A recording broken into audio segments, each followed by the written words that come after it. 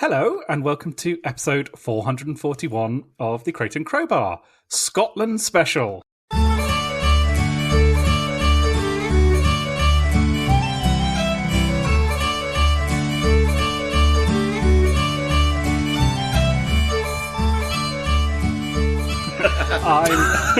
I'm Jamie Britton, and I am not Scottish, but I like to think I am. Joining me today is Chris Thurston. Hi, definitely not Scottish. And special guest star, Paul Canavan. Hello, Paul. Hello, I'm from Edinburgh, so I'm kind of Scottish. Good, that checks out. So I think what we wanted to do is get Paul on, because Paul, why don't you introduce yourself, Paul, for people who don't know who you are and what you do? Yes, okay. I'm friend of pod Paul Canavan. He really is. It's me in the flesh, in your ears. I'm an artist and I guess a game designer now, which is strange to say. But yeah, you might know me from games like Magic the Gathering and D&D and Silent Hill Townfall, which you haven't played yet, but you might one day, and Destiny 2 and Guild Wars 2 and stuff. And I just kickstarted my first game, Pale Tides, which is a folk horror role-playing game. That's me. That's my whole story. Fantastic. And we'll be, as we have been for the last few weeks, we'll be sticking a link for that in the show notes. Can people still give you money for that, or is that all done now? Well, no, I don't think so, because I think I messed something up. They were supposed to be able to. Okay. But I can't help but notice that that's not happening, and I think that's because I broke it. So no, but you can certainly look it up and look at the Kickstarter page and go, oh, that looks nice. And if people if people sort of see you in the street, can they just like give you a tenner or something? Just hand it over. I mean, absolutely, yeah. If you see me wandering the streets of Edinburgh, please give me £10. Thank you. Good, and I would like to just plus one on that. If anyone sees me around, feel free to give me £10. It's just a general policy there, I think. So yeah, since you were on, I thought we could talk a little bit about Scotland. There's a couple of Scottish games that have come out in the last year or so, which I thought might be worth talking about, namely Still Wakes the Deep and Judero, which we'll get to both of those. I wanted to get your take generally on like Scotland as a game location, because it's a weird one, right? I can't think of many good examples of Scotland in games, right? It's like there's like a version of it which is like the Uncharted Hitman, like big country house type thing. And then like footage missing. Like I don't really know how else Scotland ever kind of, feeds into these things. Yeah, I feel sort of quite intense pressure to represent my entire country here, but that's fine. It's an interesting one. I mean, Scotland in games it's either sort of comic relief, as in like fantasy games, like you're kind of World of Warcraft, where everyone who's Scottish is also just talking like this the whole time, or it's like that kind of American perception of Scotland, which is basically what you're talking about. Like it's Braveheart or the untouched wilderness. It's a little bit tokenistic. There's usually kind of no actual consultancy, I guess, going into those productions, particularly, especially for Braveheart. Yeah, I don't know. It's a weird one. It's a big question. I can't think of many games that do it well. Still Wakes the Deep is definitely one. Yeah, it's a funny one, because I guess I'm technically Scottish. I mean, I often feel like most of my like connection with Scotland is annoying Scottish people by telling them I'm Scottish when I'm clearly not, and I sound like this and I talk like this. But I was born there. My family are from there. And always kind of had a sort of sense of connection to the place. But like one thing I think pop culture often misses out on is like there is the kind of strand of kind of Scottish culture, which is very like, weather beaten, kind of Highland, your Bravehearts, your Highlanders, your kind of, overblown dwarves with big beards shouting at stuff. But then there's also like a whole like strata of Scottish culture, which is much more weird and whimsical and kind of folksy. It's the kind of Scotland of Gregory's Girl and the music of King Creosote and all that kind of stuff. And I think that's certainly represented in one of the games we're talking about today. And I think part of the reason I wanted to chat to you about this game, because about Still Wakes the Deep, which we'll come to, is like, I know you enjoyed it, but also to me it felt like a version of Scotland hadn't really seen before, like the amount of effort that'd been kind of put into it and the amount of focus that they'd given it kind of from a cultural perspective. Yeah, definitely. I think the key thing for me is that I was doing some thoughts before the pod to try and think about like games that do. I know it's a rare thought, a real thing to occur in my life. I was trying to think of games that like represent Scotland in a way that's like quite natural and not really just like this sort of weird forced thing. And I couldn't think of any actually. Like Dear Esther does a nice depiction of the Hebrides, I guess, but I don't think you play as a Scot in that game. I worked on an adaptation of 39 Steps 100,000 years ago, and that had a fairly realistic portrayal of Scotland. But yeah, Still Wakes is the only one I've played in quite a long time that really struck me as like, oh, this feels natural. It doesn't feel like these people are Scottish just for a bit or just to make Americans happy because they like the way that sounds. Not to put you on the spot, Paul, but what about a Highland song? Oh, that's such a good game. Yeah, okay. Also a Highland song. Yeah, I mean, obviously, that's a game I worked on. Full disclosure, I was the art director on that game. But yeah, that's an interesting one because it is kind of fantastical. And actually, like, I feel like a lot of Scottish developers, when we approach games in our own country, we will often push that sort of slightly fantastical, like rose-tinted look at the world, basically. I'm happy to talk about it if you would like to hear about it. But yes, that's a cool game for sure. And I worked on that with Inkle, and they're lovely. I think one of my proudest moments ever is saying to you on a Twitch stream that the art in it reminded me of the Katie Morag books. And yes. You said yes. Yeah, that was an unusual reference, but it's true. That kind of, for anyone who hasn't seen it, the game has a sort of very painterly kind of splatted style where like there's lots of textures and it's split up in a kind of three-dimensional way, but everything's 2D. So the idea was to make it look like a painting, which is not an original thought for a video game. Loads of games try to do that. But I actually think it was quite successful thanks to the amazing folks at Inkle who know how to make games good. I just showed them how to make them look pretty. So is that a sentence? Absolutely. I I think like a Highland song is like a very like it is. I'd hesitate to say a kind of touristy view of Scotland, but I mean it has that kind of element to it that you're looking at these kind of like tourist maps, right?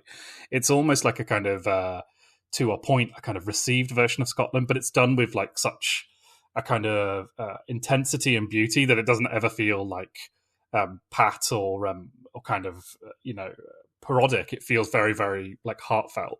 And having the kind of hills be alive with all these kind of myths and legends that you're kind of encountering there. Like, I don't know, it's like you can imagine that going too hard and it feeling like sappy or saccharine, but it doesn't at all. It's got a lovely, like, heartfelt sense to it, which I think is, again, shared in a couple of the games we're going to talk about today as well. And I think often for me, that's the kind of the acid test, right? Is if something feels like genuinely earnest in the story it's trying to tell, it's very hard to dislike it ultimately or to feel too cynical about it.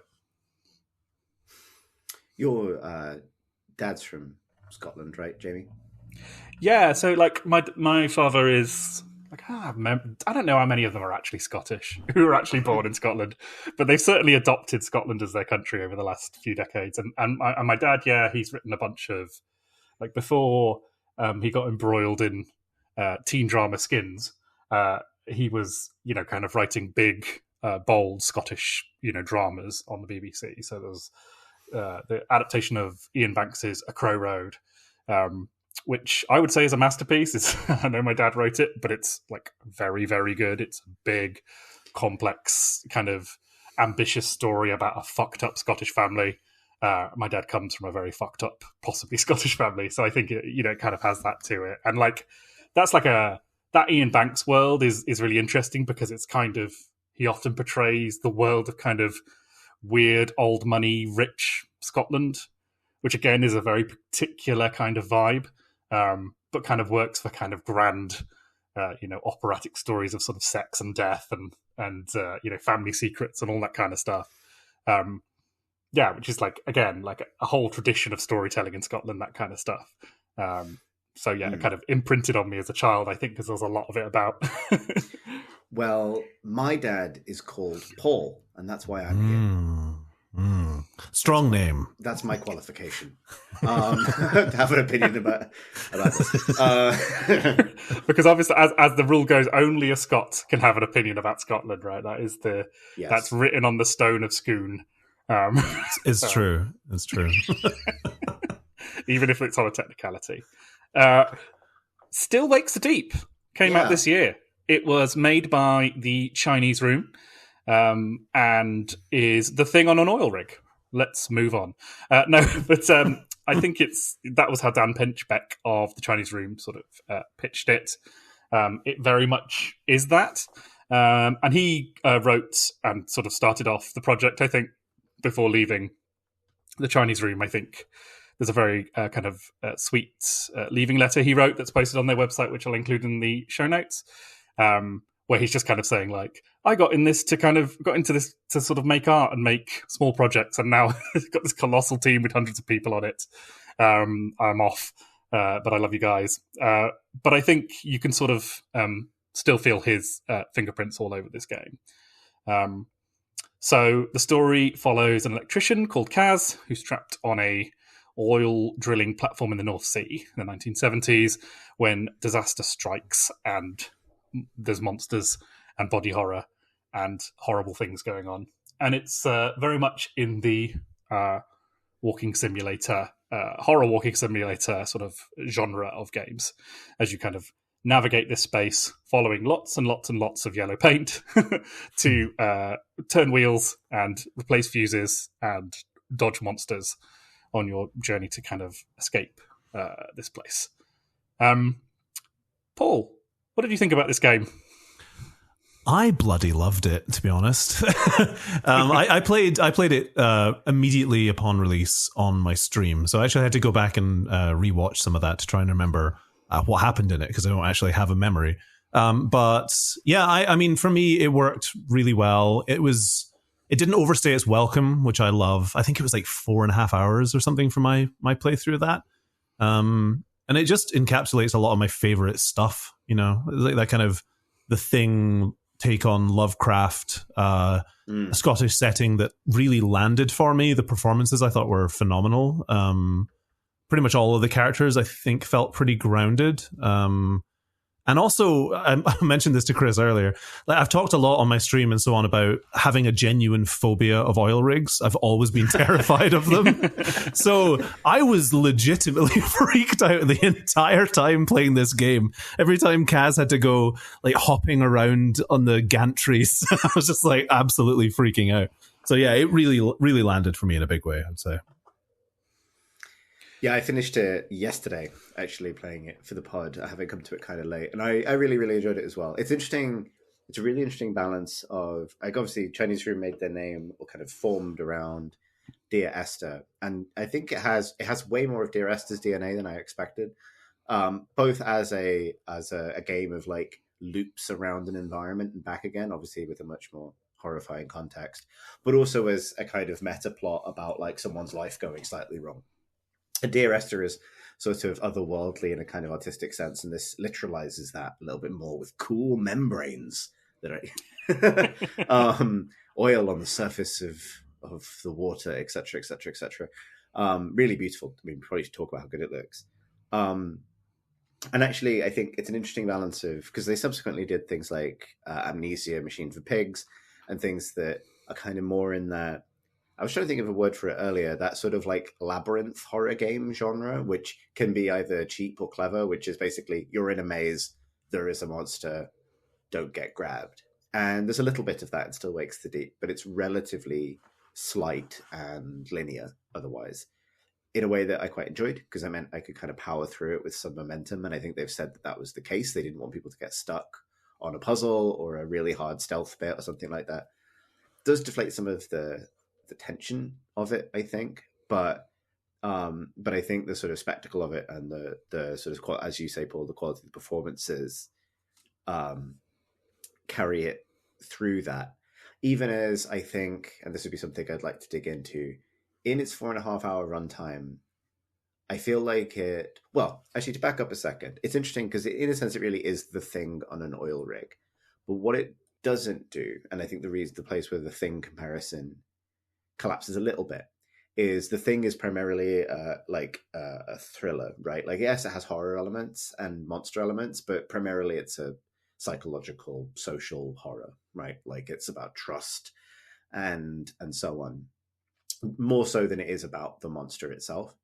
Whereas Still Wakes the Deep is much more about the horror and the monster scenario, right? Like, it's not about distrust of other people necessarily, not beyond a certain point. And as such, it kind of hits a kind of escalatory point quite early and kind of stays there. And what this boiled down to for me is I was thinking, I think I too don't really want to go to an oil rig.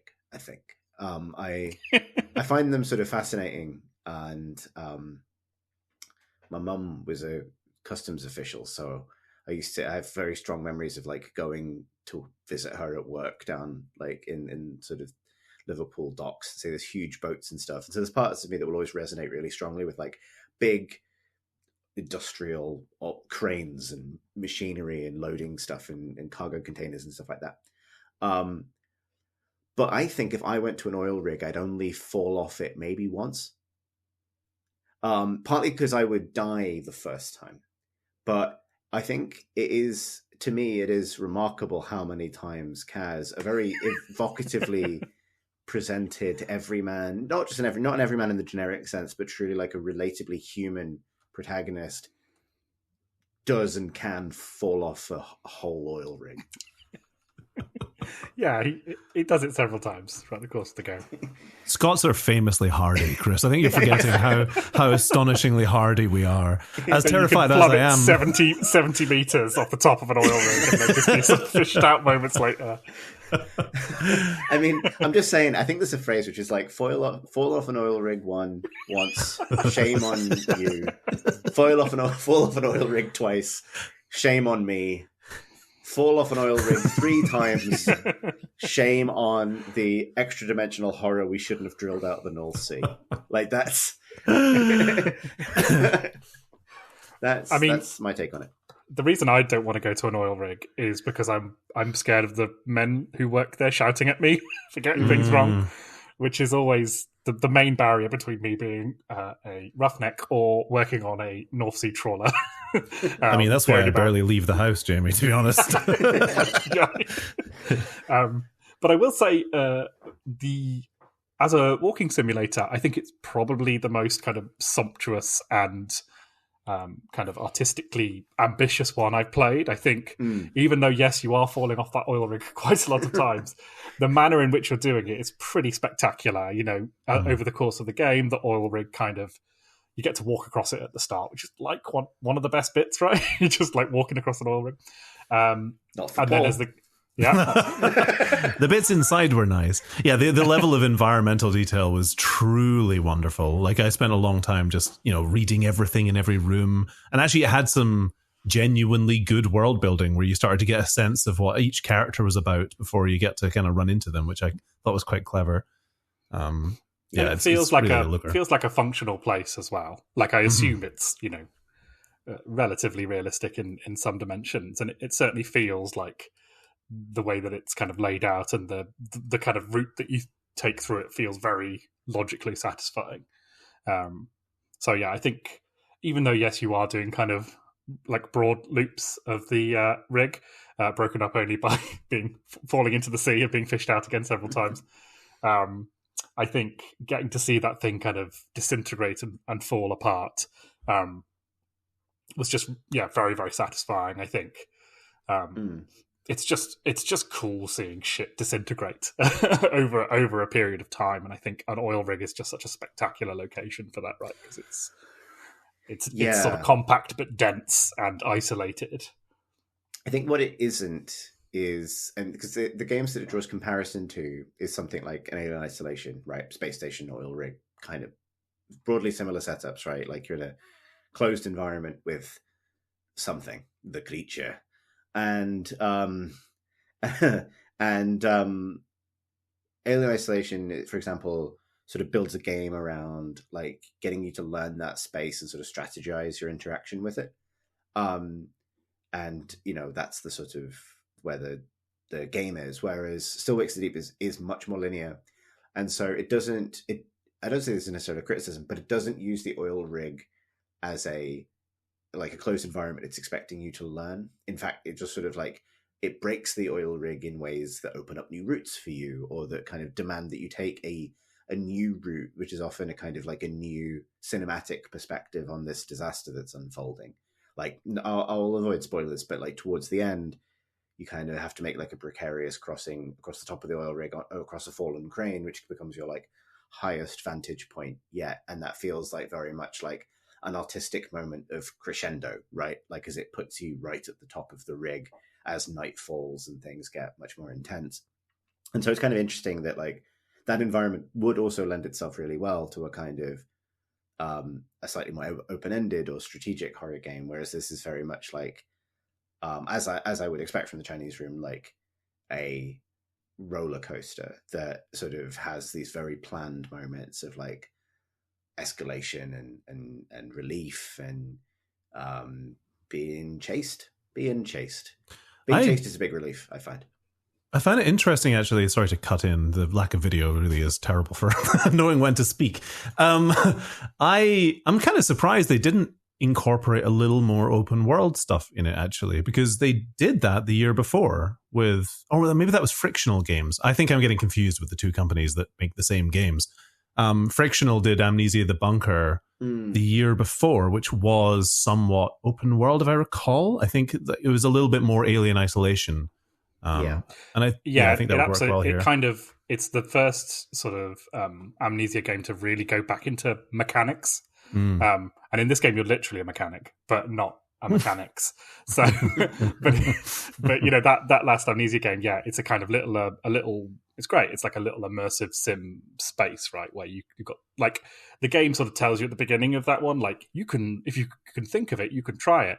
And actually, no, you can't. There's not like a Deus Ex style possibility space there. There's a few things that you can do to kind of fend off the monster in that one, but it's still enough to kind of feel like a really responsive little world.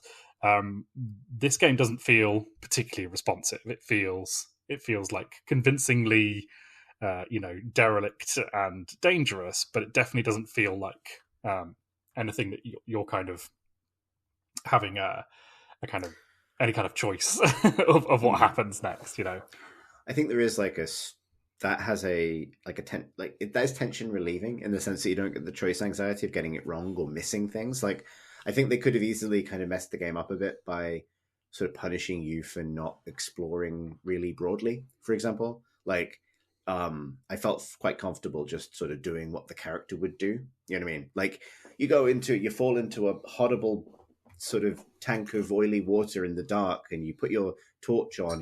What you don't do is swim around the bottom looking for collectibles. What you do is try and get the fuck out, like that. And that it's very effective at, I think. And it's an interesting question about horror in games. I think it's very effective at, I think this choice to make a much lower agency, more linear game is absolutely intentional and effective, because it does keep you focused on the things it wants you to focus on, the story and the atmosphere and so on. What I will say is I think because of that, sometimes it plays its hand mechanically a little too obviously. You can actually turn off the yellow paint in the menu, but it is quite hard to navigate without it because the environments are so detailed.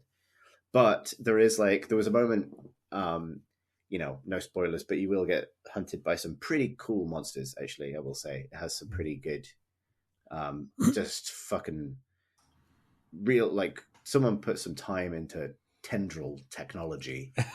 Yes, real grotty weirdos, those guys. Oh my god! Also, just some excellent shouting as well. Like these are very much Lovecraftian entities that like to shout at you, which again plays into my fear of being shouted at by men on oil rigs. So I guess that's why the game was so effective. Yeah. There is a sequence. I think one thing it does do is like there's a thing that I think all horror games do, which is probably just part of the fun of the genre, which is like I really don't want to go there, and the game is full of people telling you like Kaz, you've got to go down into the generators again. And no, the lights are all off, and all of the stairs are going to give you tetanus. Bye. And you don't really want to go down to the generators again, but you're going to. And there is a sequence where sort of a series of chain monster evasion moments in a set of environments that you get to explore relatively freely before the threat arrives. That was an example for me where it fell down a little bit because it really plays its hand, because the only places that little hidey hole vents and lockers to hide in show up are where the monster will later be. Right. So the moment, like, you'll see a prompt pop up that says, press, I was playing on the PlayStation, press square to hide in a locker. And I'll be like, well, I don't think I need to right now, but I guess I will later, game. Thank you for putting this here. And so I think sometimes it can play its hand a little bit, obviously, but also I could imagine someone making their way through this who absolutely wouldn't finish Amnesia the Bunker or Soma or Alien Isolation or another one of these games. And so, yeah, like... I think I've got, like, a lot of patience for these games. I think I really, really enjoy playing through a movie, basically. Like, I was kind of struck by the kind of, we talk about these things as walking simulators, and that's kind of, a joke that stuck, right? And I think I've heard, it might have even been Dan Pinchbeck, like, call them, like, I don't want to call them walking simulators, let's call them empathy simulators. Like, no, thank you. But the fact that you're sort of playing through this cinematic story from a first-person perspective, where, yes, you are just walking forward or running forward or, climbing and doing some basic stuff. I'm, like, very happy there. I don't need complication or puzzles or that much friction, really. Like, I felt like this game really found the sweet spot of, like, oh, okay, I've died a couple of times trying to do this stealth section. I'll do it the third time, And I don't know, for some reason, it feels like I could take an infinite number of these as a genre, because I'm just always really happy to kind of, it's something games have kind of always done. Like a first person perspective is just a very, very kind of, it's been part of gaming for a long time now. And like the fact that these kind of games are still quite rare and quite few and far between, I think is a little bit unusual, actually, because actually I find being in a story, inhabiting a character who's talking with his own voice, I find just like, I found it more in this game than I have for quite a long time. Like, I find it just very fun and evocative and an exercise in kind of immersion that is just really rare and good. Yeah, actually, to pick up on something you said there, one of the things I really loved about it was that there were no like tricky puzzles hidden in there that you had to sort of slow down the pace and spend a long time on. I think there are a few sort of very brief ones where you sort of look at a diagram and basically do what it says. But that felt very in keeping with Kaz's character, I suppose, that he'd just be able to kind of figure it out. And I really enjoyed, again, yeah, like you're saying, the level of difficulty in the game is extremely low. But I do think it had some pretty good tension throughout, and actually some really good scares here and there. I'm curious if either of you actually found it scary. I felt like it had a few sort of genuinely unsettling moments. Like there was a sort of, no spoilers, but there's a bit where a diving bell is like shaking around and screaming, and it kind of reminded me of the PT fridge. But I find it quite unsettling, actually. I would say the first half I found it quite unsettling, and I thought it was quite effective.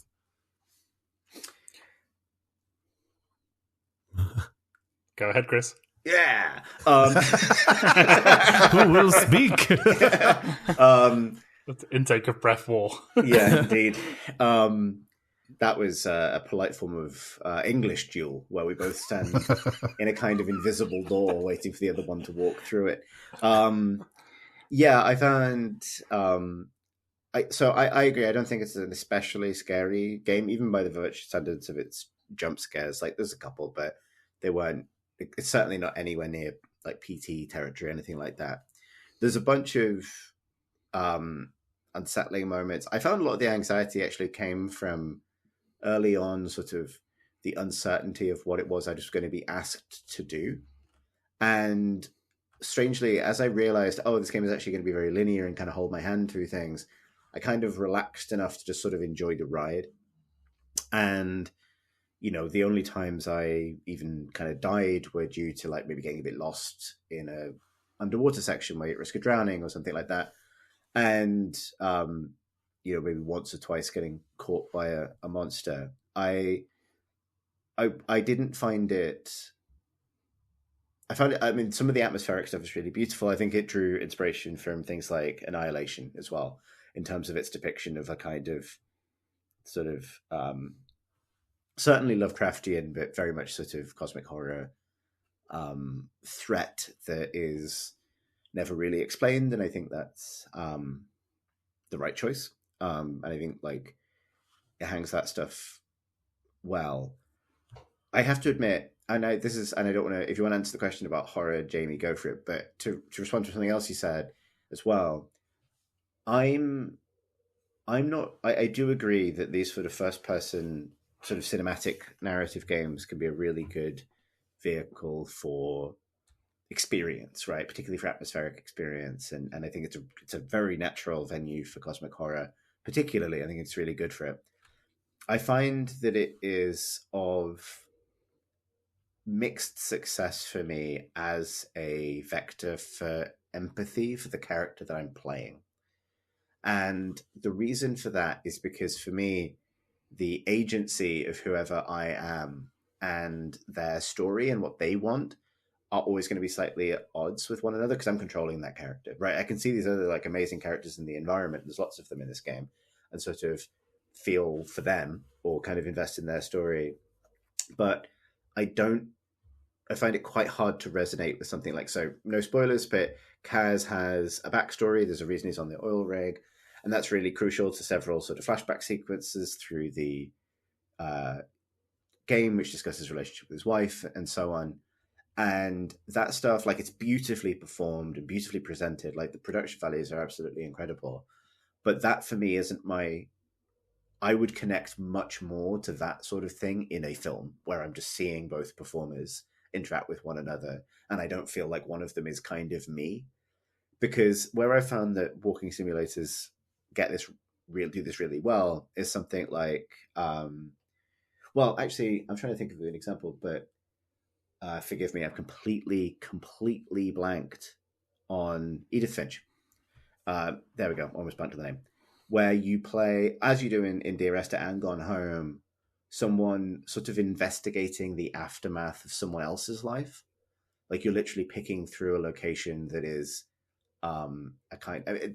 Dear Esther is a slight exception to that, but in What Remains of Edith Finch and The Police Are Here because of this take, it's too hot.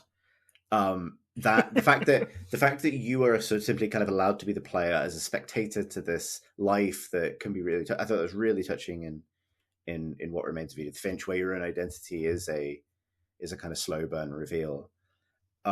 Even though I will call out, and I'm glad you made notes here, Jamie, for the credit, like Alex Newman's performance as Kaz is really incredibly good. Like, and all of the performances in the game are incredibly good. The medium does not lend itself for me to like his story particularly.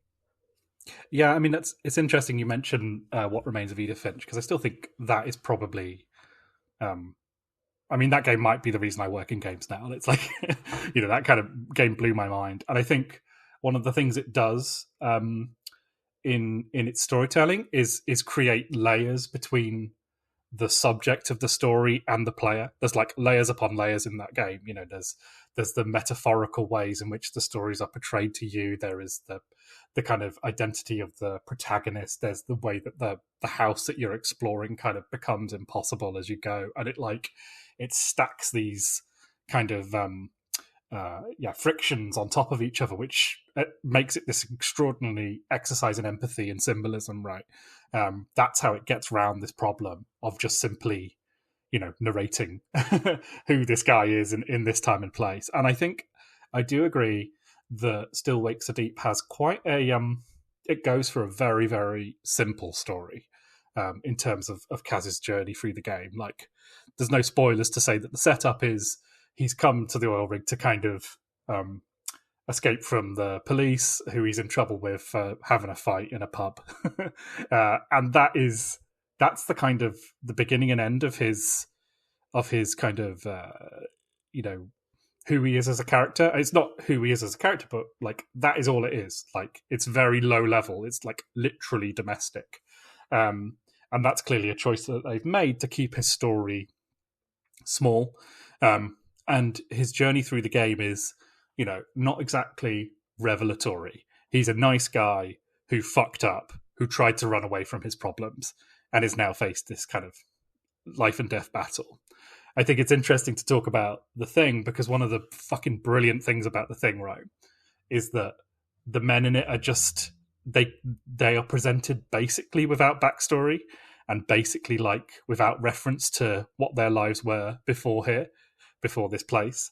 And that creates this incredible sense of kind of dynamic between them, right? Because it's just in the here and now, whereas this game doesn't have that kind of, that would be a very different game, but, perhaps a bolder choice to kind of, really situate these people in the here and now and let the player kind of, play his own story. The other story that works exactly like that as well is Alien, where everyone is like, the relationships between the crew is kind of unspoken, right? Like what's going on between Ripley and Dallas, it's never really said, right? And the closest you get to a backstory is the fact that Ash is new, really, and I think that's quite effective. Like I'm not saying it would be more effective in this case. Like to be clear, I do think it is a good set of characters, but I'm not sure to me like how much extra because I did find it, it dramatically effective in particular moments as well. But I'm not sure how much of that was attached to Kaz specifically, which is the thing I would call out, because there are other characters whose fates and final moments, etc., I found were for me the dramatic highlight of it. Do you think it's Kaz's story itself that you don't resonate with, like in terms of the sort of, I guess, the dissonance between playing it and hearing it, or is it something else? I'm kind of curious. I could get real wanky about this. Oh, let's go. I've got a glass of wine right here. Let's. Yeah. So I think, there's the other things I would kind of compare it to are things like Color Out of Space, particularly the story, not the Nicolas Cage film, but the Nicolas Cage film is a lot of fun. It has kind of Color Out of Space energy for me in terms of the nature of the threat as well, particularly as a particular Lovecraft thing, it would be that. And I think for me, the real appeal of this kind of horror is like that confrontation with sort of like raw, unfathomable madness in some way, right? That sort of idea that like just beyond the doors of your perception is this screaming abyss of kind of sensory overload, and there's like a kind of emotional ramp up to that point, and those stories kind of push people to that breaking point and then past it. And it's quite a hard thing to achieve in a game because pointedly it's always never described directly in those kinds of stories, right? Like Lovecraft stories are traditionally often a story within a story, right? Like Call of Cthulhu famously is like 4 stories within a story. The narrator is just the person assembling all of these different sources.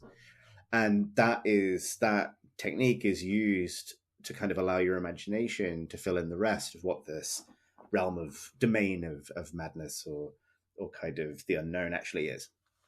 It is always, it's literally per like the Mountains of Madness. It's always the next mountain range that gets you. It's not the one you're on. It's the one beyond this one. And so it's always going to be a struggle, I think, to literalize it. And I think as an artistic expression of that, there's some really spectacular stuff in Still Wakes the Deep. But for me, it makes for a pairing I don't always vibe with when it's paired with a small domestic human story. Now, I think Still Wakes the Deep actually does use it quite well. I can't really talk about how without getting into spoiler territory, so I won't. But like in the sense that like where this person's mind goes when they're under such extreme duress, I think that does work. And as I say, I think that central performance is strong enough to make you really get as close as you possibly can to feeling it. But I think it puts the game on this slightly split path where you as a player are on your own journey of understanding with these things and this experience, and Kaz is on his. and you're both in the same body, and you'll never quite align. And I guess I'll say one thing, and this isn't a spoiler, but being in proximity to the evil, this alien energy, it's happening again. Kind of forces Kaz to hear aspects of his history, right? Aspects of his voices from his past and things like that. And that to me is a little too close to sort of dramatic sleight of hand for comfort. It's sort of on the edge of artifice, and therefore it's like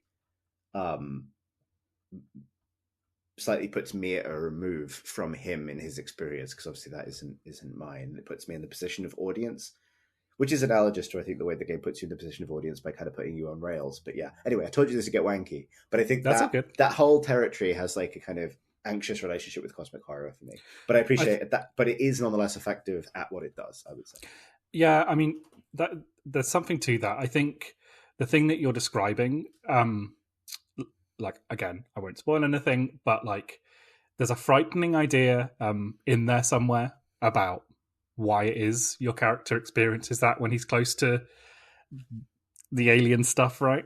And I think, yeah, if there's one thing the game is lacking, I think it is a little bit more of the void in that, like a little bit more of something like genuinely beyond our our kind of understanding. I think Bloodborne still remains probably the best extension of kind of Lovecraftian ideas of kind of being at the mercy of something that you just can't comprehend at all. Whereas actually the aliens or the entities in this are relatively comprehensible, right? And I think it would have been nice to have a bit more of that that kind of magic in there, I suppose. Dark Lovecraftian magic. I mean, I'm watching the third season of Twin Peaks right now, and truly, if there's anything for game developers to draw from in creating a sense of horror and confusion, it's that series.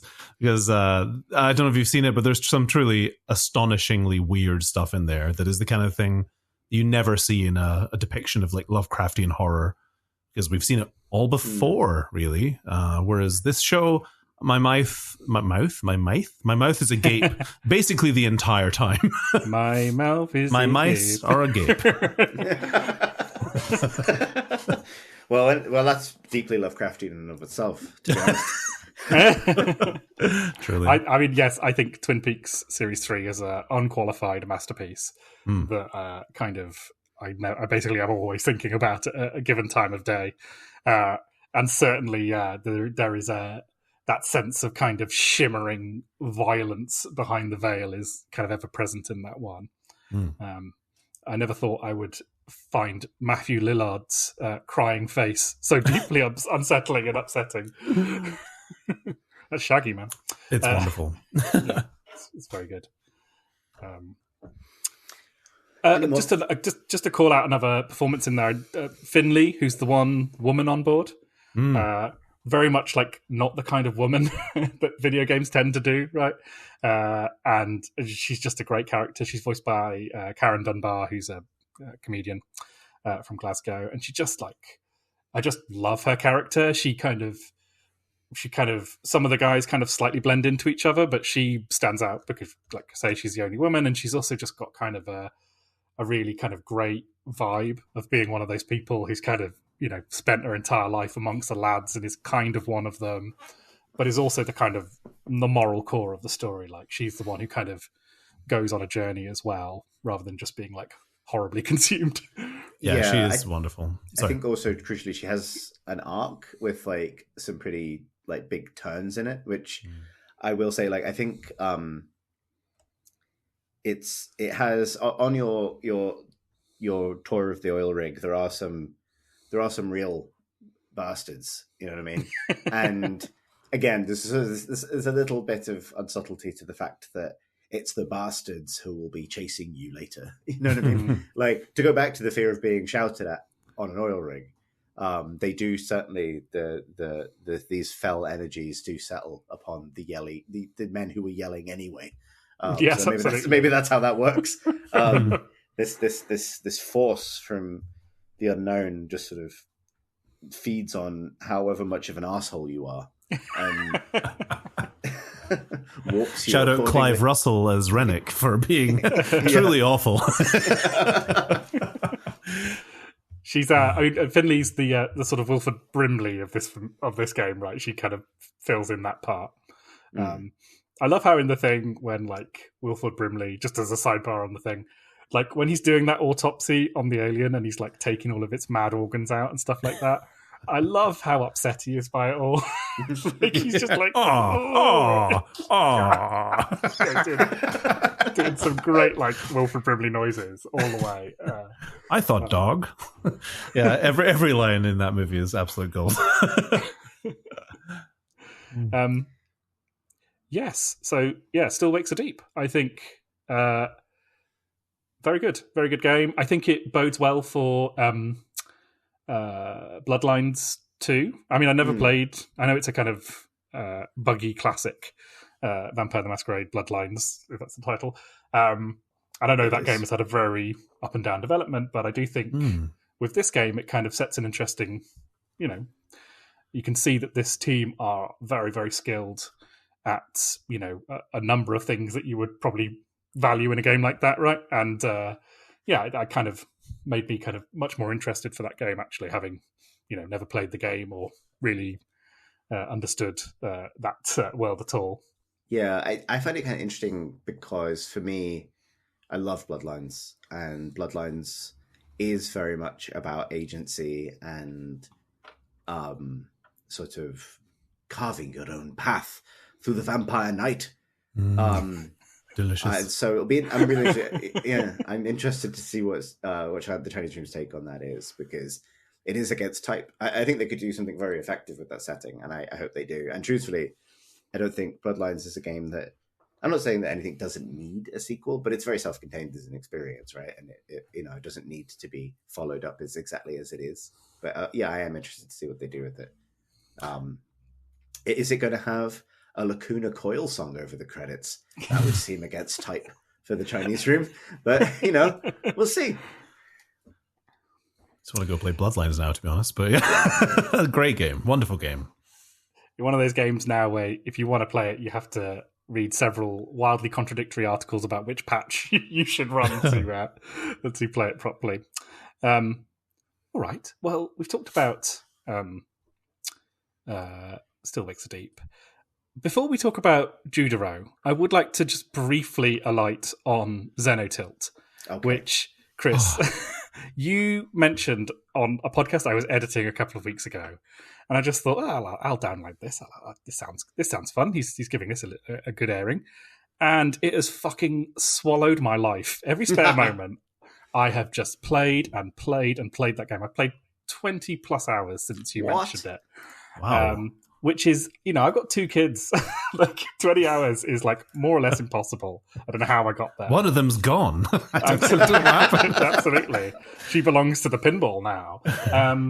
But it's such a fucking good game. I think it might be my favorite game of the year. I love it. I absolutely love it. My highest score is like 250 million. Wow. I know. My second highest score is like 100 million, right? So, and that first score, I got like 10 hours in. So I have been like chasing that high ever since, and it has been absolutely glorious. Just incredible. So good. I love it so much. It's like the learning curve of it has just been so satisfying, like because it's pinball and because you're sort of seconds from death at any given moment. There's something just completely visceral about it. And like puzzling out, it's like quite arcane mechanics and sort of systems, which will more or less proc just by play, right? But if you kind of go for the sort of missions it gives you and start locking in balls into your matrix and all that sort of stuff, it really starts popping off. And it's a bit like what happened with Balatro for everyone earlier in the year. Like I've just become completely addicted to all its kind of bleeps and bings, and like when you finally get the multi-ball, which is like a big deal, it's hard to get. That thing's insane. The game like stops for a second, it slows down and then kind of explodes in a kind of pretty like nakedly orgasmic fashion, where everything just goes completely mental and your score multiplier starts going up and up and up. And yeah, it's just a bloody brilliant game, and I'm completely obsessed with it. So I just like to say fuck you for that, because it's eaten my life. You've played significantly more of it than me now, and I'm still at the stage where I think my best is still like 22 million or something, because I feel like I haven't broken through like the ball event horizon. And I say that because it is a pinball table that looks like the ship from Event Horizon. So I am still like, 'cause I play it in like 20-minute bursts when I need to like Ludovico technique my brain out of whatever it is that it's currently going through. So I'm yet to kind of see through the matrix and really understand anything that's going on. But I'm thrilled that it's worked for you. The quest is to get, because it has a leaderboard which is only the people who've got 1 billion points. And that is going to be my task, at the exclusion of all other activities, I think, for the next few months. Incredible. Just to hit that billion, and then I can die happy, having pleased the horny pinball table. I really do need to play this. Wow. You do. Okay. You do. I mean, yeah, seriously, you do. Like, okay, it's on my list now. I'll grab it tomorrow. It's really, really good. And it's like, I don't know. It's one of those, what's nice about it is it's still pretty obscure. Like, there's one little guide on Steam, and there's a guy on YouTube just like who hasn't made any other videos kind of playing through like the kind of early game stuff in it to give you a kind of idea of it. And that's it. And that's actually really good, because it means there's still so much of it that I don't understand. So it's great. Recommended. You probably they made a game called Xenotilt right before, which you may have a copy of free, because it was often given away, so it's worth giving that one a go as well. I'd put like 4 hours into that. I'm all pinball now. Shall we talk Judero? Yes. I haven't played it, so I'm going to sit here and think about pinball. Have fun. Okay, this is an interesting one. I mean, do you want to introduce what it is? I guess you can give it a go if you want. Oh gosh, I mean, full disclosure, I played the demo, right, and it didn't resonate with me, so I didn't get super deep into it. But it is a Scottish game, which is very cool. It has a very unique art style, sort of scanned sculptures, I guess you would say, some of which are just action figures. And it plays out as a sort of isometric, I don't know how you describe it, action RPG without the RPG bits. You smack stuff with your stick. You can inhabit bodies, kind of like Messiah, the game probably no one remembers, but where you played as a weird baby who inhabited things. And it has a beautiful soundtrack, and it's got lots of lovely Scottish stuff, and it's absolutely minging to look at, and I bounced off it for that reason. But I was looking through my notes that I wrote while playing it, and I think I wrote, oh gosh, what did I say? I said, ugly as sin, but strangely compelling. And I think that kind of summed up the experience for me, the sort of 2 hours or so I played of it. I was quite captivated by the storytelling, and I thought it was interesting, but I really bounced off it sort of visually and gameplay wise. So I'd be intrigued to see what you thought of it, Jimmy. Yeah, I tend to agree. I think it is a completely unique game. I've never played anything like it, really. And it's mostly the work of one guy called Jack King Spooner, he's called. And it was kind of kickstarted partly through production. It's all the things in it are made. So basically almost everything that you interact with or do in the game are kind of hand-modelled things that he's kind of scanned and put into the game. It does kind of look like ass, especially in the especially in the kind of early game of it, right? But it also feels incredibly like unique. It feels like the product of someone's imagination with all of the blinkers taken off, right? And someone who is clearly very, very like kind of creatively inspired and kind of mad and kind of eccentric, and has put all of those aspects of them into a game without really worrying too much, I think, about what anyone thinks or feels about it. Mm. And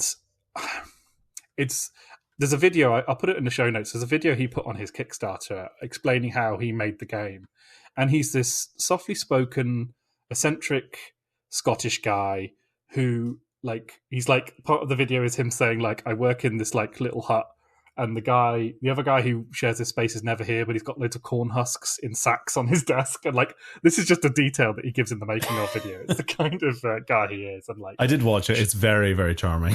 Yeah, it's deeply charming. Very hard to dislike that, basically, and where he's coming from there.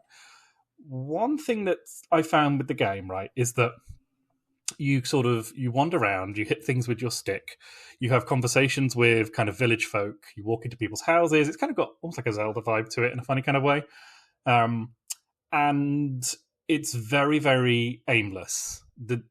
You're given sort of a task to do, but it's very, very obscure. And the game kind of takes place in a kind of... I mean, like, it's funny because it shares something with a Highland song in that it's kind of a land of folklore and kind of dreams and spirits and weird, lots of people having, sex with, spectral beings that they find in the countryside and being visited by, unholy, unborn, whatever's afterwards. It's that kind of folk, right? That's the Highland Song DVD, DLC, by the way. DLC, so, yeah, DLC, spoilers. Yeah. The Bloody Baron DLC.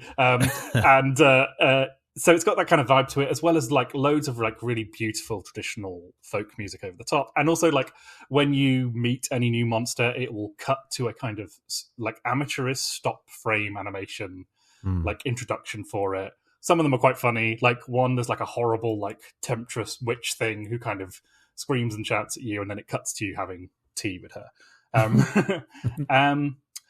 The game is like deeply original, deeply personal, very, very aimless. But one thing that is kind of fascinating about it is it actually is backloaded in terms of quality. So, like, a lot of games will often like put their best foot forward, right? That tends to be the pattern of things, or at least give you a taste of the kind of magic to come. This game starts off kind of whimsical and becomes progressively weirder. And actually, I found as I was playing through it that it really lacked a spine. It really lacked kind of one thing it was giving me that kind of gave me a reason to be there. It was just a very dispersed experience and a very fragmented experience.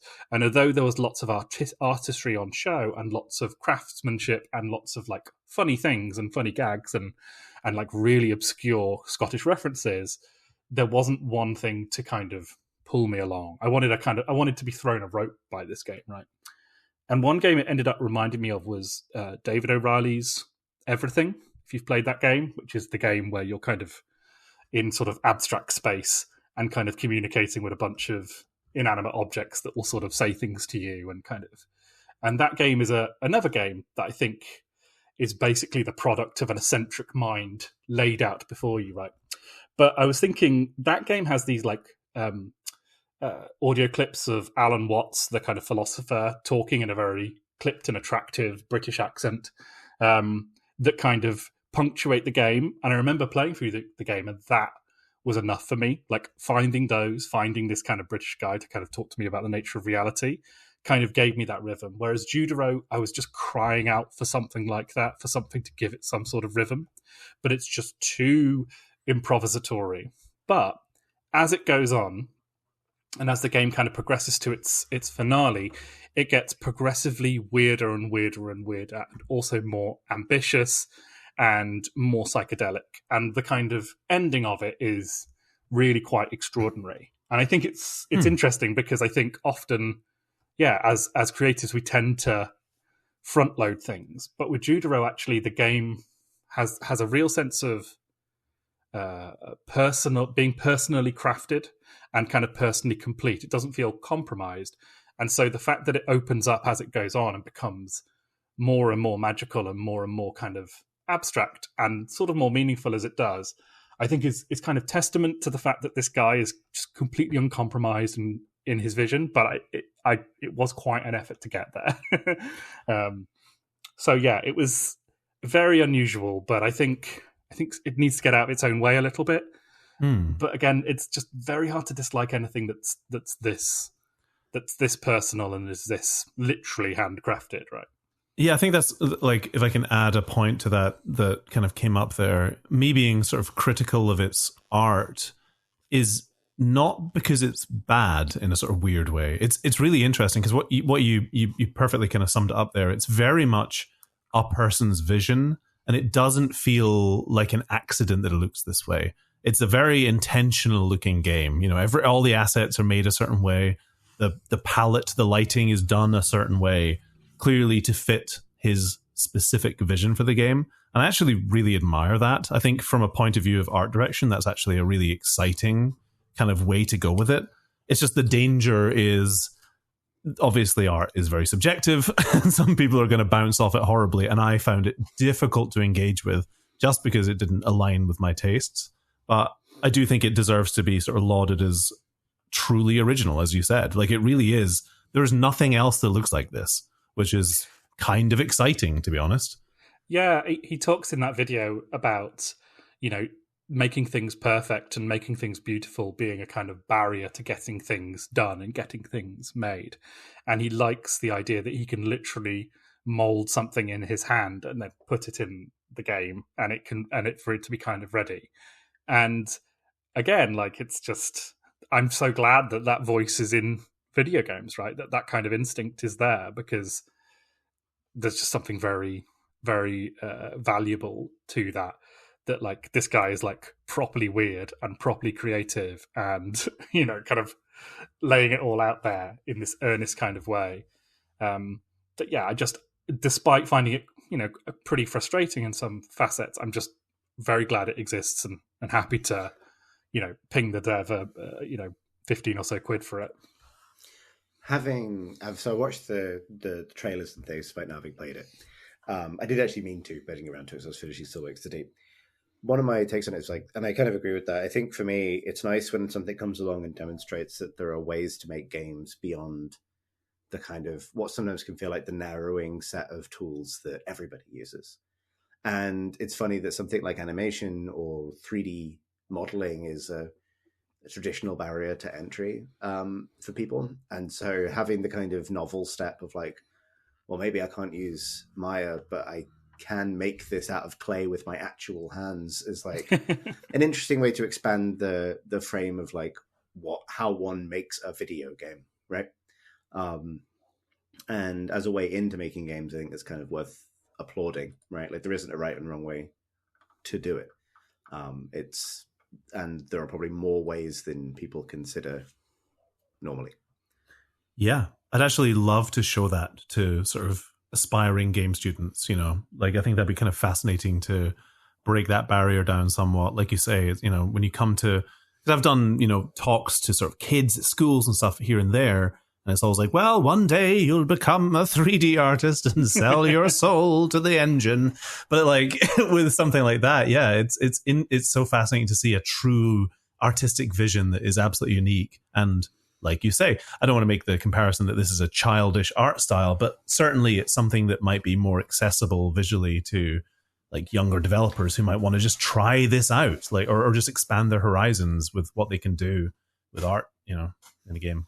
Yeah, it kind of demonstrates you can literally make games with the stuff you have lying around. And obviously, yeah, whether you have the tech to bring that into a game and actually digitize it is one thing, but, to make a broader point for people who aspire to become game developers, paper prototypes are a real thing, right? You can kind of make games with almost anything. I was about to tell a story then, but I shouldn't tell it. Let me break an NDA for you. Yeah. I've been many years ago now, more than a decade ago, I think, I was thrown out of a club in London. I was there with a well-known, very well-liked indie developer who got in trouble for making a game out of all the different pot plants in the club and rearranging them to form some sort of puzzle. And that got us kicked out into the streets of Earl's Court, West London, at 2 a.m. And then Wow. I accidentally broke into the wrong flat while trying to go home. Oh, this is why we're friends, Chris. This is it.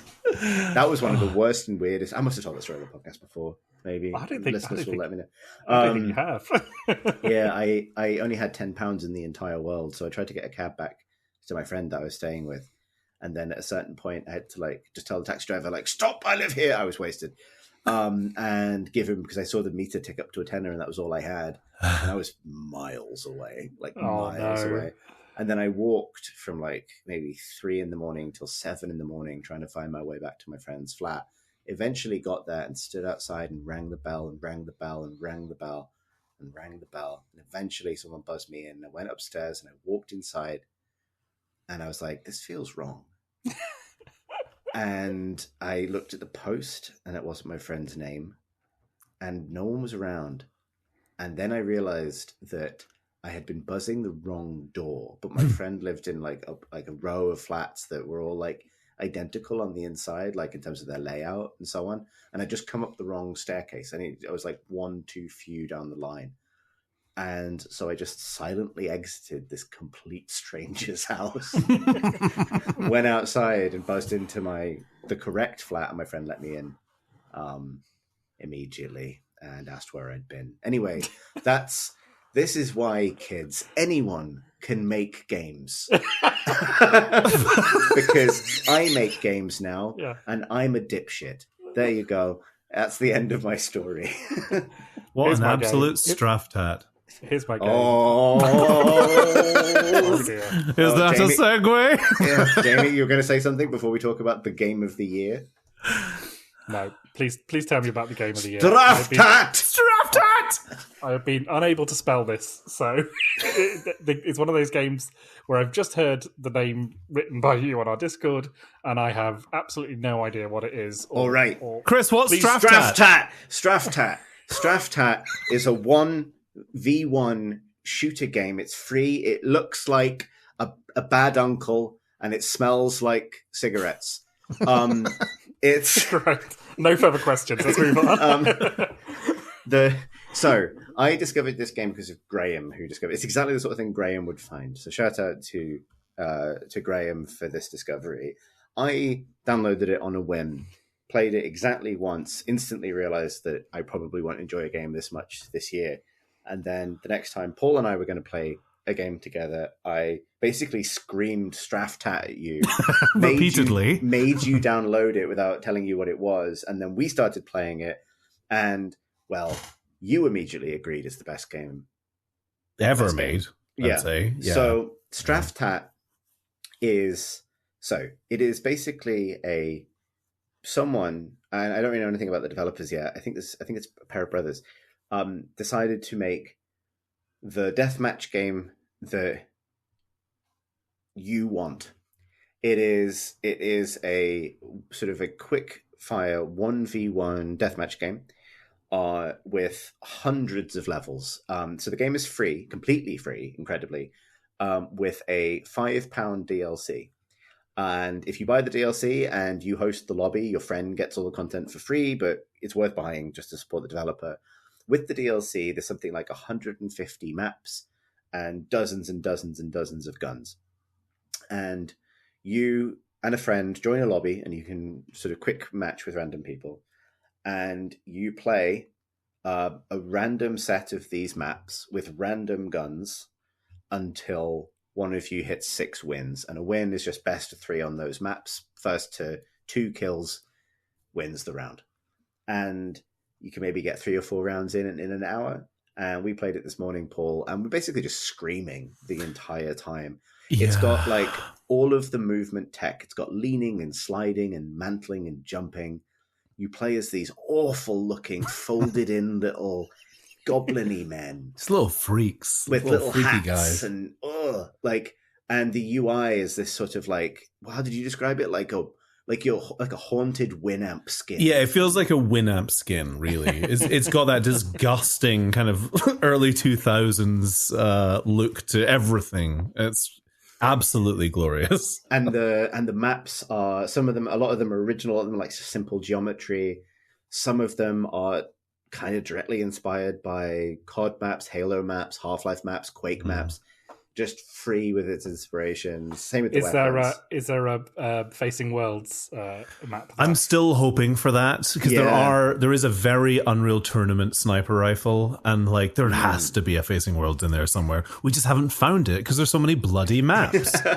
And then they get the kind of and then occasionally the maps will throw like a complete curveball, like because basically it's the two of you spawning in an arena, and sometimes you'll spawn next to each other and you're supposed to have to sprint for the guns, which is very fun. There's one map which is like a huge ice pyramid in a sea of lava, and so you're both having to bunny hop constantly to stay on the ice while trying to kill each other. We played one earlier which is like an ice slide with a teleporter at the end that gets back to the top, and all the guns are sliding down the ice slide, and so you're falling down the ice slide trying to find the guns to kill each other desperately, while also like accelerating and accelerating and accelerating. I'm smiling from ear to ear just thinking about it, because it really is just astonishingly demented and the kind of thing everyone should play. It's interesting because like Chris and I played Slipgate a few years ago, which felt very much like a kind of modern take on Unreal Tournament. Like it was really with portals. I don't know what that means, but it was very like relatively fast paced, and it had the exact kind of movement of Unreal Tournament. But Straftat, oh boy, like since we've been playing that, it's taken me back to playing on like the house computer in the late 90s. Like it has that, like, it feels like I'm playing Alien versus Predator or Blood 2 or something weird. It has this kind of weird feel to it where I feel like I've played this before, but also this is like a kind of haunted version that I'm now encountering. It's glorious. It feels like being trapped within like the best Quake game jam you've ever played, and there's more content than, because you can't get bored of it really. Like even though we'll loop back to the same maps, like the weapons change. And the weapons are like absolutely mental. Like the names are mental. Some of them don't fucking work. There's a sub, and you can dual wield pretty much everything. There's a submachine gun called the Crisis, which whenever you pull the trigger, spaffs its entire clip in like an insane burst. And so two people trying to kill each other with that is very funny. But if you get two of them, you can just about kind of like spaff doubly down a corridor. There's melee weapons of surprising nuance in some ways. There's a sort of helicopter. It's like a helicopter pole you can hold with one hand that turns you into like a fucking demented Mary Poppins. The sound design is this fucking incredible mix of like demented, like breakbeat kind of club music and definitely open source sounds. Like a lot of the guns, this should sound like a criticism, but it's not. A lot of the guns just sort of go bah. And there's a noise for when there's some maps that are like a maze of doors you can open, and there's two different door sound effects in the game. One of them normal, and one of them sounds like a seal going ah. It's fucking, so the sound of two people fighting in one of those maps is like it's fucking There's no reason to play another game, to be honest. Everything else we've talked about so far in the pod has been build up to Straftat, the only game anyone should be thinking about right now. I feel like the other game that is, so obviously, you know, as given how many times I've mentioned him, Paul and I play a lot of games together. Hi. And I would say that our gaming habit falls into one of two categories. There are games that are like the equivalent of a round of golf if we were dickheads. Sorry. I'm going to get fucking beaten to death at golf course for saying that. Which is like going for a walk with your friend. The game is there to occupy you while you chat, right? Like Hunt Showdown, perfect example of this. We've talked very much about life and pale tides while playing Hunt Showdown. Warzone, battle royales generally are good for that. And then there are the games where you're too busy like hyperventilating from excitement to have a conversation. And I think for us previously that was Mordhau was the closest to that. Yeah, definitely. Like, or making like visceral noises, like shrieking and whooping and so on. I think they have a similar ebb and flow, and I think that's what these games nail, where it's that sense that like intense violence is the point, but also there's this kind of glorious moment where you're facing off against each other with unfathomably stupid weapons and sort of ready to sort of clash. And both of these games, man, like Straftat, Judero's not in this conversation. Straftat does a sort of wonderful version of this where it does have melee weapons, like you said, and they always have build up. You know, you press the button and you pull back and then you strike, and the timing is always absolutely bananas. And some of the weapons, as you discovered today, have hidden mechanics, which we didn't know about, where you can do a charge or something like that we didn't know. And it's wonderful. It's truly wonderful. We had a round earlier, which I'm so glad it ended the way it did for you, where there's a map, because there's often like a sense of humor to what bunches of guns spawn together. So there's like a map which I think is a COD map, and there's the variant of it that I think we've hit twice, where all you get is a stupid boop gun that just applies knockback, a taser that paralyzes people, melee weapons, and claymore mines. and you placed a claymore mine in a doorway and then equipped a boop gun in both hands and were just desperately trying to boop me into the claymore for like 4 minutes. For so long. As I ran around trying not to get booped, trying to find a gun or another weapon to deal with it. And then eventually I ended up placing my own claymore and getting my own boop gun and trying to get you into the mine. And then eventually you got me into it. And the noise we made probably set off my neighbor's dog. Like, it was... It's like first-person Spelunky, the sort of way that the different physics objects interact with each other. Oh, it's just wonderful. I do also think there's like dueling is such an underrated form of multiplayer, honestly. Yeah. Yes, absolutely. And it's Chivalry 2, I think, is, you know, and Mordhau as well. Like, those games are great because they have a very high skill ceiling, but also you can go and hit people in the back and chop their heads off from behind, and it means that you can still have fun by being a backstabbing loon. It sounds really good. I can't wait to have a play around with it. It's interesting that, like, clearly games that are being made by people who like really love the kind of bonkers FPS, multiplayer FPSs from, you know, back in the day, like your Unreal tournaments, etc. Like, there's been a few of those that have tried to get off the ground and have ended quite badly, right? So there was like Lawbreakers, and I know Slipgate 2's coming out or has come out, so that one's kind of survived. But there's also Hyenas, which I know was more of a kind of hero shooter as well. But like, I do think like it's hard for those games to survive as kind of AAA experiences, right? Because they have to go up against the kind of solved meta of your Call of Duties and your Overwatches. But it does seem like this sounds like it's kind of speaking a bit more to that experience of flying around in 0G or whatever, being bonkers. It's a weird mix of being like incredibly generous with its offering, because there's literally hundreds of maps, and like it's free, and you could probably play it for hours and hours and hours just in the free version. I bought the £5 version almost immediately because it's like, fucking hell, I want to give these people some money. And also that offering is incredibly generous. Like, only the person you play with needs to own the DLC. And then like they put loads of time into making the ugliest hats and characters and costumes you have ever seen. They're incredible. And it's so intentional and so kind of generous in its features, but also it has this big, like, fuck it energy. Like it pulls off a trick which very few games pull off. Of it doesn't come across like it cares. You know what I mean? And I don't mean that in a bad way. It's not that it hasn't been made with a huge amount of love, but it has this sort of vibe of like, fuck it, this doesn't matter. Like, both in terms of like, does this need to look or sound great if it feels great? No. Does it matter if you win or lose when you're playing that many maps that quickly with one other person? Also, no. You know? Like, yeah, it's very streamlined.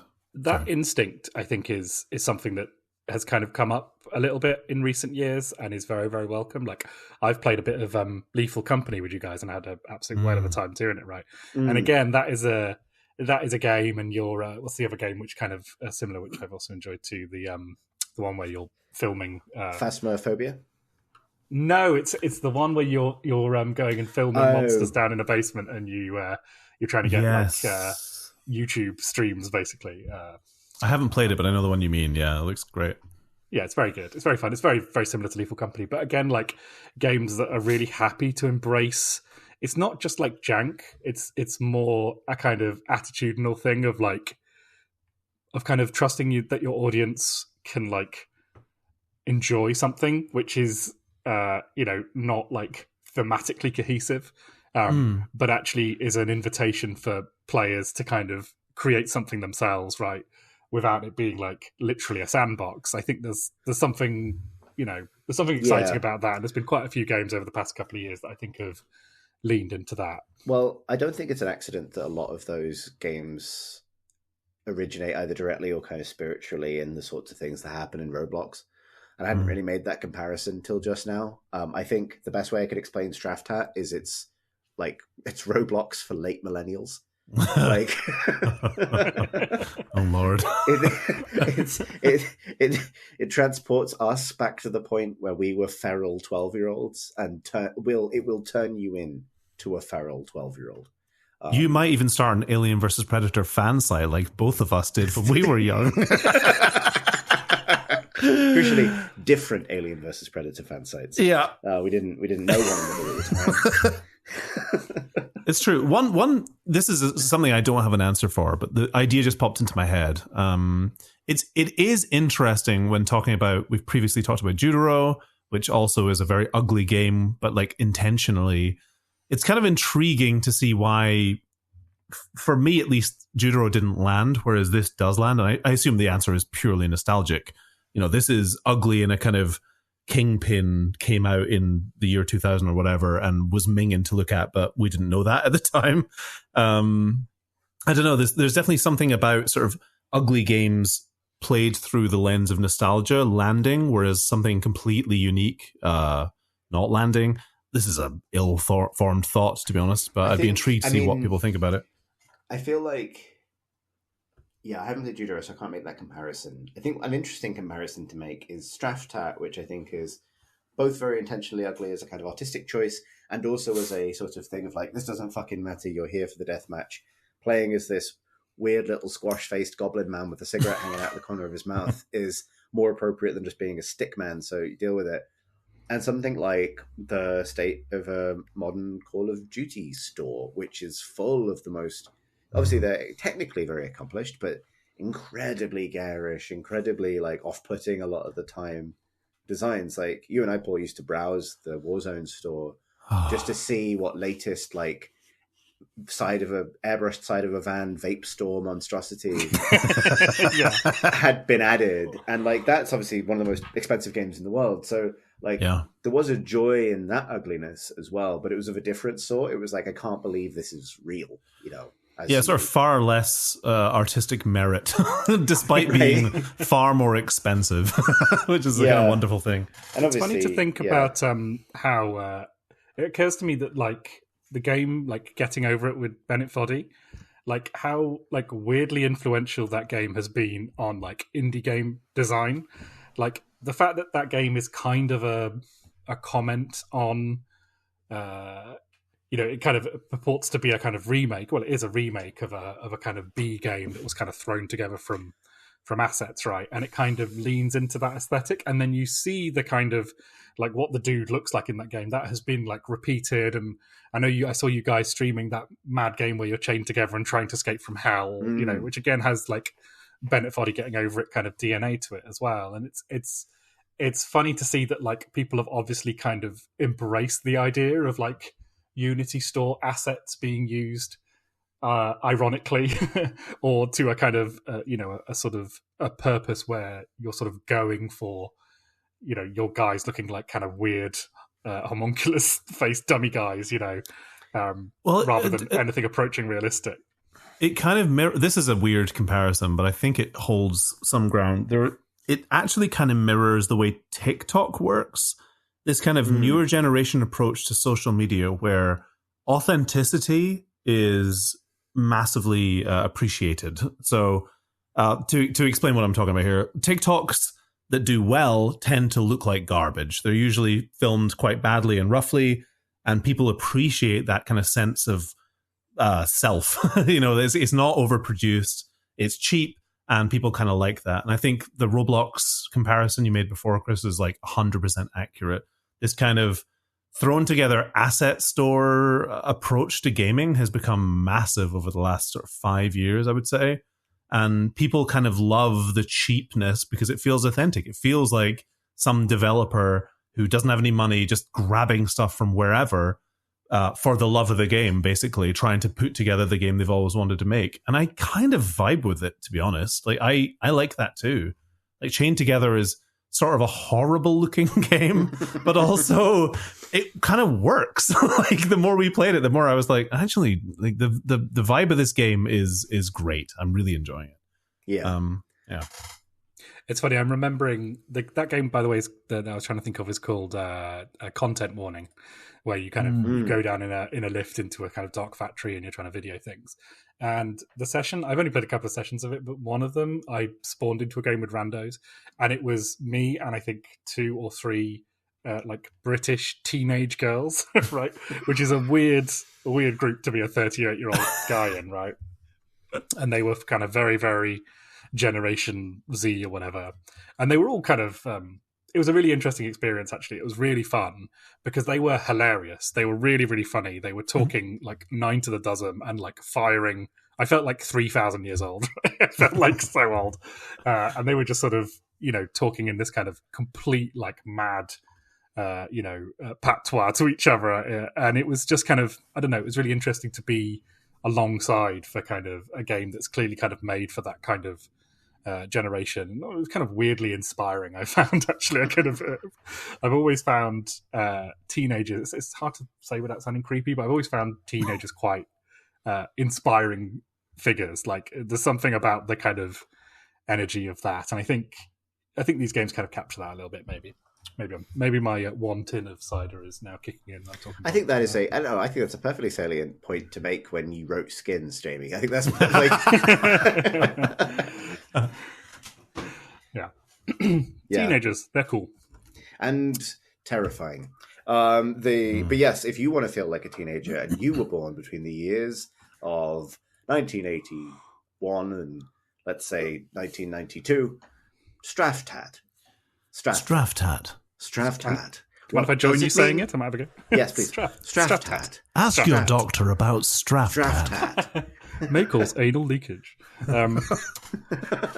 Speaking of anal leakage, Paul, do you want to tell us about Codblop 6? Oh God, I do. I just wanted to insert a little note here that Call of Duty Black Ops 2 6. What's it called?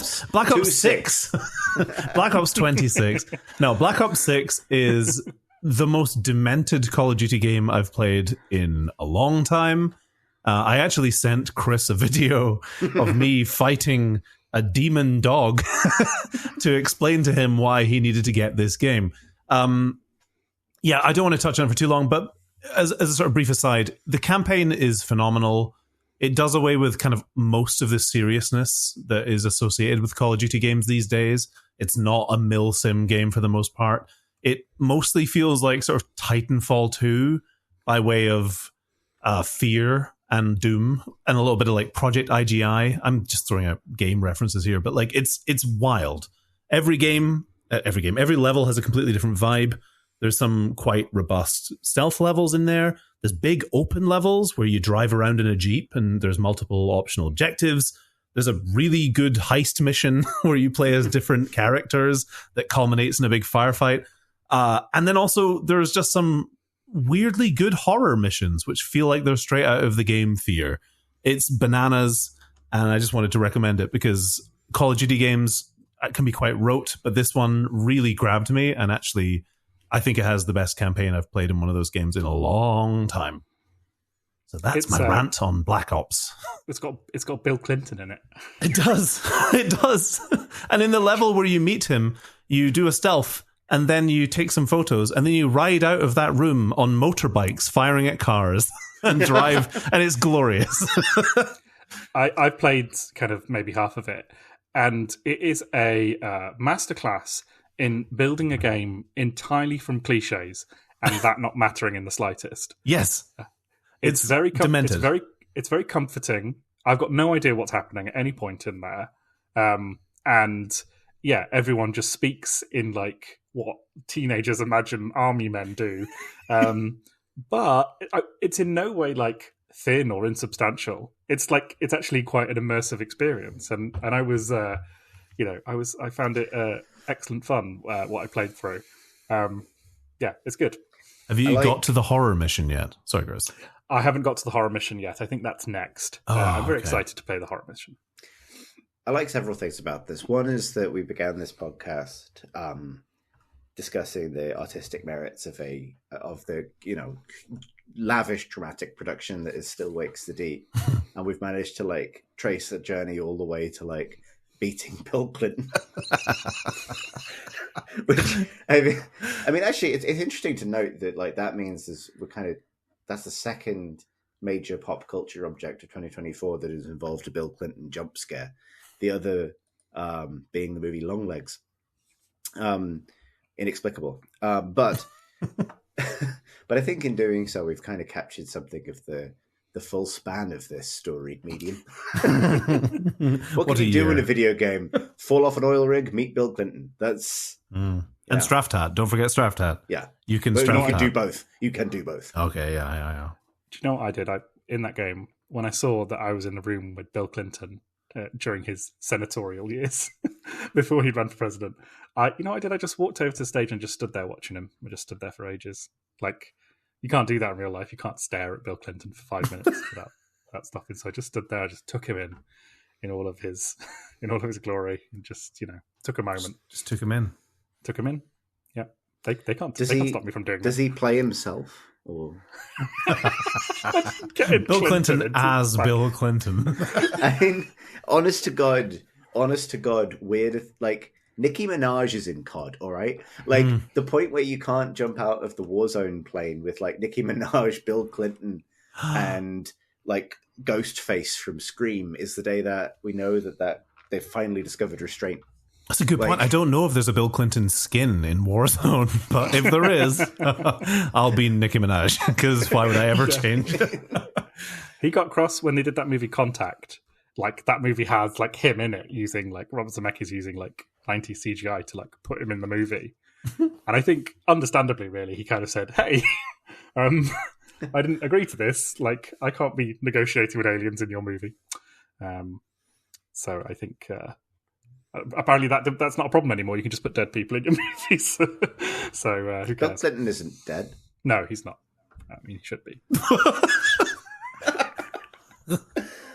And on that note, well, that is all of the pod we've got time for this evening. Thank you so much, Paul, for joining us. Thank you for having me. I just spoke over you. Yeah, you're so good at this. I'm so good at this. At least as good as us. And we've been doing this for like 11 years, which is fucking terrifying. If you would like to find more episodes like this one, you can find them on our website at crateandcrowbar.com, which is also where you'll find a link for our lovely Discord community. You can also find these episodes on YouTube, youtube.com/crateandcrowbar. And if you would like, there is actually a way to provide us with money that doesn't involve finding Paul or Jamie in the street and giving them a crisp tenner. They call it Patreon. And you can find out more about supporting the podcast at patreon.com/crateandcrowbar. Thank you so much to everybody that does so.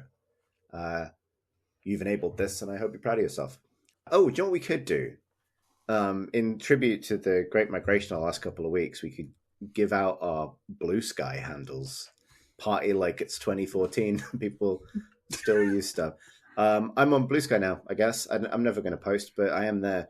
I think wow, what a commendation. I can't wait to follow you. Indeed. You already do, Jamie. Oh, fuck. I think it's cjpt.bluesky.social or something like that. Anyway, good night. I am matronboy.bisky.social. Follow me. And I am a big bat.bisky.social. How does one pronounce Bisky? Bisky. You know, Bisky. Bisky.social. There's a raging debate about what we should call the posts we make on Blue Sky, and all of them are awful. Yeah. So why not posts? All right. Yeah, that's cool. Thanks for having me. I love you. And I love you, Paul. Jamie?